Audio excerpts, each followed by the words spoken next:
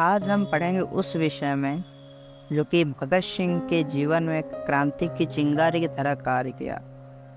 13 अप्रैल 1919 का दिन अमृतसर के जलियांवाला बाग में बैसाखी के पावन पर्व पर एकत्रित हजारों नर नारी, बच्चे व बूढ़े उल्लासमय वातावरण में उपस्थित थे।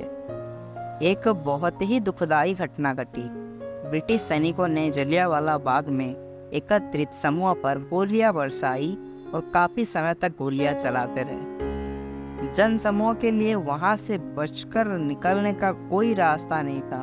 असंख्य व्यक्ति, जिनमें बड़ी उम्र के पुरुष, स्त्रियां और छोटे बच्चे शामिल थे, अंग्रेज सैनिकों की गोलियों से धराशायी होकर शहीद हो गए।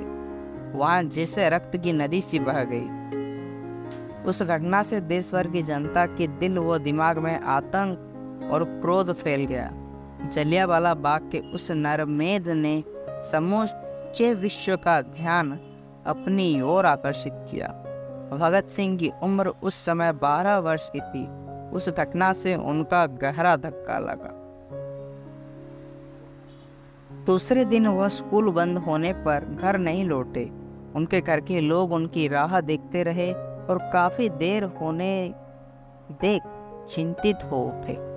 उस दिन स्कूल जाने के बजाय भगत सिंह सीधे उस दुर्दैवी घटना स्थल पर पहुंचे।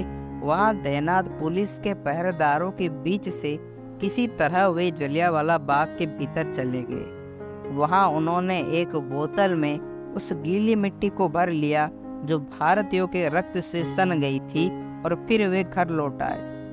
बहुत देर लगाकर घर लौटते देख उनसे उनकी छोटी बहन ने पूछा, तुम इतने समय तक कहाँ थे? माताजी तुम्हारे लिए भोजन रखकर कब से तुम्हारी राह देख रही हैं। बहन को अपने हाथ की बोतल दिखलाते हुए भगत सिंह ने कहा, यह देखो, यह हमारे भाई बहनों का खून है जिन्हें अंग्रेजों ने मार डाला है। इसे प्रणाम करो। फिर उन्होंने एक आले में उस बोतल को रख दिया और उस पर फूल चढ़ाकर उसकी पूजा की। जो जनता जलियांवाला बाग में एकत्रित हुई थी वह एकदम निहत्थी थी। किसी के पास कोई शस्त्र नहीं थे। उस स्थान से निकल भागने का कोई भी रास्ता नहीं था और ऐसे शांत लोग अंग्रेजी सैनिकों की गोलियों से मार डाले गए।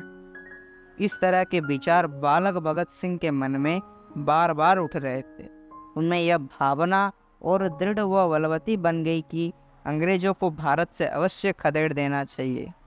वह समय था जब भारतीय राष्ट्रीय कांग्रेस इस देश की आज़ादी के लिए लड़ रही थी। उस आंदोलन से सब तरफ जनता के हृदय में देश प्रेम जागृत हो उठा। उसके फलस्वरूप देश में एकता की भावना मजबूत होती चली गई।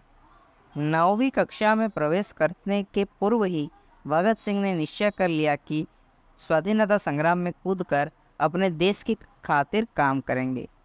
उस समय उनकी उम्र केवल 13 वर्ष की थी। भगत सिंह ने अपने निश्चय के बारे में पिताजी को बतला दिया और उनकी अनुमति मांगी। किशन सिंह स्वयं एक क्रांतिकारी थे, इसलिए उन्होंने अपने पुत्र को सहर्ष अनुमति दे दी।